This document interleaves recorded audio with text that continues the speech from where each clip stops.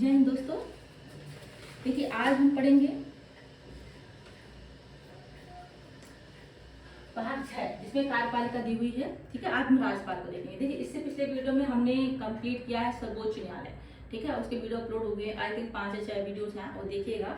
ठीक है, और वहां से सब आप सर्वोच्च न्यायालय पूरा कंप्लीट हो जाएगा आपका। देखिए नेक्स्ट आज हम भाग 5 हमारा कंप्लीट हो चुका है, भाग 6 देखेंगे। राज्यों के बारे में दिया है। देखिए 152 जो आर्टिकल है उसमें राज्य की परिभाषा दी गई है। राज्य की परिभाषा वही जो हमने आर्टिकल 12 में पढ़ी थी। ठीक है, तो वही राज्य की परिभाषा दी है। हम 153 से स्टार्ट करते हैं। ठीक है, राज्यों के लिए राज्यपाल, प्रत्येक राज्य के लिए एक राज्यपाल अनिवार्य है। ठीक है, हर राज्य के लिए एक राज्यपाल होना अनिवार्य है। केंद्र सरकार यह निर्णय ले सकती है कि एक ही व्यक्ति को 2 या 2 से अधिक राज्यों के लिए राज्यपाल बनाया जा सके। ठीक है, तो ये निर्णय केंद्रपाल ले सकती है कि एक ही व्यक्ति को 2 या 2 से अधिक राज्यों के लिए राज्यपाल बनाया जा सकता है। एक ही व्यक्ति एक से अधिक राज्यों का राज्यपाल है तो वह सभी राज्यों के लिए एक ही व्यक्ति के रूप में कार्य करे, ना कि अलग अलग। ठीक है, आर्टिकल 154 राज्य की कार्यपालिका शक्ति राज्यपाल में निहित होगी। वह इस शक्ति का प्रयोग स्वतः कर सकता है या अपने अधीनस्थ अधिकारियों द्वारा करते हैं। देखिए हमने पढ़ा था आर्टिकल 53 राष्ट्रपति का, जब हमने पढ़ा था कि संघ की समस्त कार्यपालिका शक्ति राष्ट्रपति में निहित होती है। वह इस शक्ति का प्रयोग स्वतः अपने आप करते हैं या अपने अधीनस्थ अधिकारियों द्वारा करते हैं। ठीक है, ऐसे ही आर्टिकल 153 में दिया गया है, सॉरी 154 में दिया गया।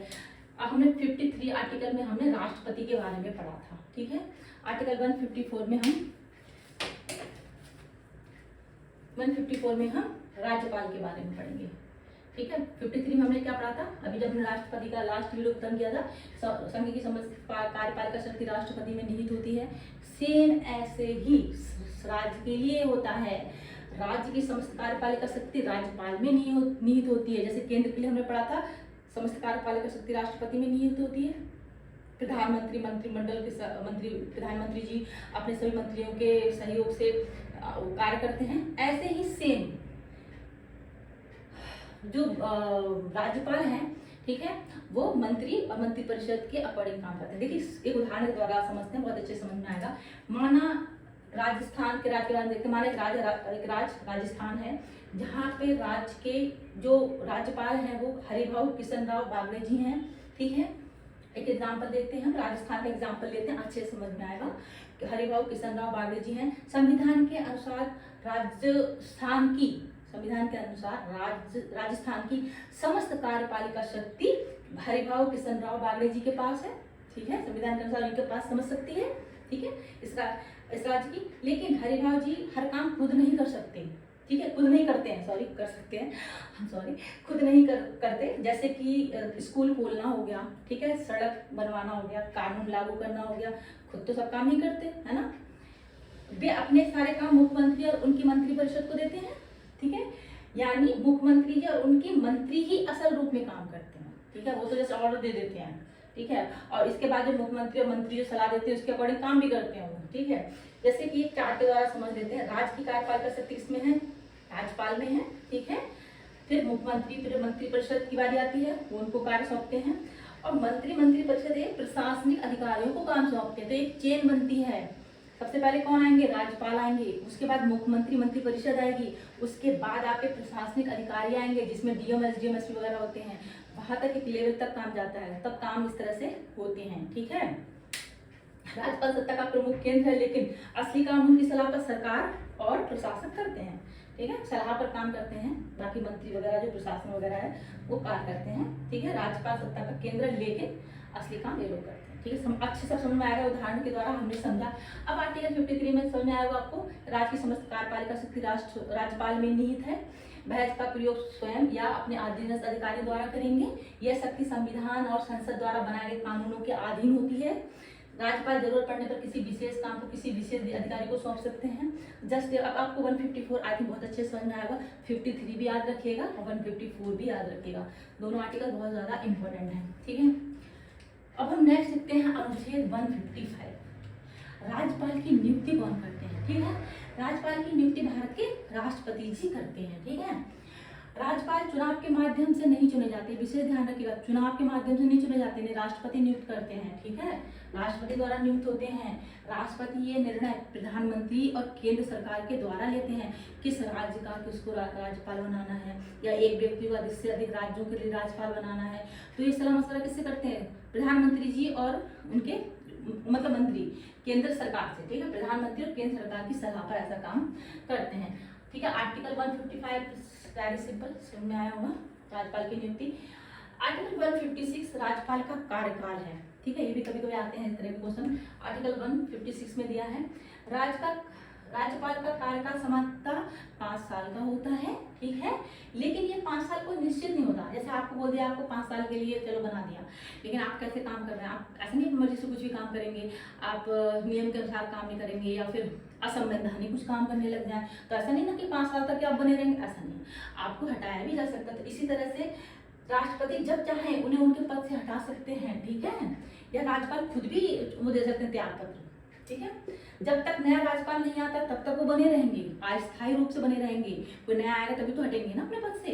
तो फिर जब तक नया राज्यपाल नहीं आता तब तक वर्तमान राज्यपाल अपने पद पर बने रहेंगे, चाहे उनके 5 साल पूरे हो। माना किसी ने बहुत अच्छा काम किया, 5 साल में कंप्लीट किए, संविधान के अनुसार काम किया, बिल्कुल ईमानदारी से काम किया, 5 साल कंप्लीट कर लिए, उसके बाद क्या होगा, कोई नया आएगा, ठीक है, लेकिन तब तक अपने पद पे तो बने रहेंगे ना, पद तो खाली नहीं कर सकते, तो अस्थायी रूप से अपने पद पर बने रहेंगे। तो जस्ट आर्टिकल 156 समझ में आया आपको। आर्टिकल 157 देख लेते हैं, इनकी योग्यताएं हैं कि राज्यपाल बनने के लिए क्या क्या योग्यता चाहिए। भारत का नागरिक हो, 35 साल की आयु कंप्लीट कर चुका हो। नेक्स्ट देखते हैं 157(1) में क्या दिया है, राज्यपाल संसद के किसी सदन, देखिए राज्यपाल संसद के किसी सदन या राज्य विधानमंडल का सदस्य नहीं होना चाहिए, ठीक है। अगर ऐसा व्यक्ति राज्यपाल के लिए चुन लिया जाता है तो ये माना जाएगा कि उसने अपना पद ग्रहण करने की तारीख से जो उसका पद था संसद में या राज्य विधानमंडल ने वो रिक्त कर दिया है उसने, ठीक है, ये लिखा हुआ है यहाँ पे। राज्यपाल संसद के किसी सदन या राज्य विधानमंडल के किसी सदन का सदस्य नहीं होगा। यदि ऐसा व्यक्ति पद धारण करता है तो ये मान लिया जाएगा कि उसने राज्यपाल के पद धारण करने के पश्चात उस पद से वो पद अपना रिक्त कर दिया है, ठीक है, उसी डेट से, ठीक है। सेकंड पॉइंट 157 का 1 और 2 के लिए राज्यपाल अन्य कोई लाभ का पद धारण नहीं करते हैं, ठीक है। राज्यपाल बिना किराया दिए अपने प्रशासनिक निवास में रह सकते हैं, ठीक है, उपयोग कर सकेंगे, और ऐसी उपलब्धियां भत्ते और विशेषाधिकार का भी उपयोग करते हैं जो संसद विधि द्वारा अवधारित करे, ठीक है।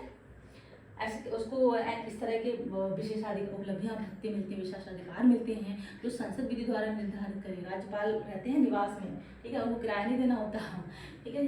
3 का देख लेते हैं हम।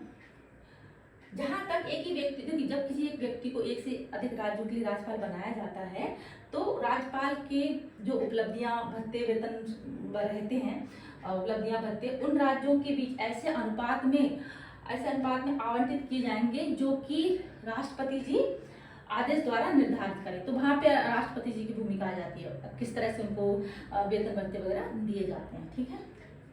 देखिए राज्यपाल को शपथ कौन दिलाते हैं, मुख्य न्यायमूर्ति के समक्ष शपथ लेते हैं। अगर मुख्य न्यायमूर्ति नहीं है तो कोई वरिष्ठ जो जज रहते हैं उनके सामने भी शपथ लेते हैं, ठीक है, या फिर मुख्य न्यायमूर्ति ऐसा बोले ठीक है हम तो है नहीं, इनके सामने शपथ ले लो, इस तरह से मुख्य न्यायमूर्ति शपथ दिलाते, इतना ध्यान रखिएगा, या कोई वरिष्ठ, ठीक है। आई थिंक अब आर्टिकल आपको ये सब समझ में आएंगे। 5 आर्टिकल को हमने यहाँ डिस्कस किया, और नेक्स्ट वीडियो में हम कुछ और आर्टिकल को, राज्यपाल के बारे में कुछ और आर्टिकल्स हम उनको देखेंगे, ठीक है। देखिए जानकारी आपको अच्छी लगती है तो समझ में आती है तो आप चैनल को लाइक सब्सक्राइब शेयर जरूर करिएगा, लाइक तो जरूर करिएगा, अच्छा लगता है, मोटिवेशन मिलता है, ठीक है जी। नेक्स्ट वीडियो मिलते हैं। जय हिंद दोस्तों, थैंक यू सो मच।